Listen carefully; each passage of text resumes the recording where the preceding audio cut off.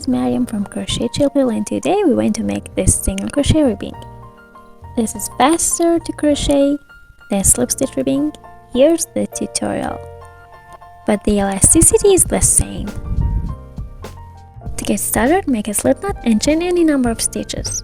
It doesn't matter, it's an odd number or an even number.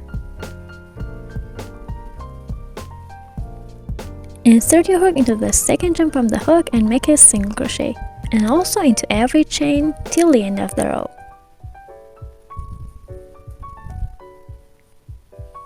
At the end of the row, turn your work.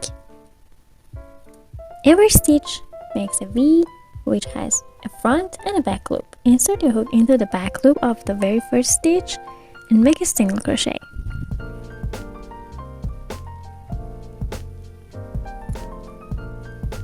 And into every back loop of every stitch all across the way.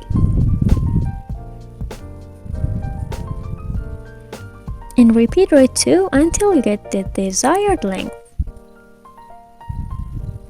At the end, you'll have something like this. As you see, you can see the ribbing.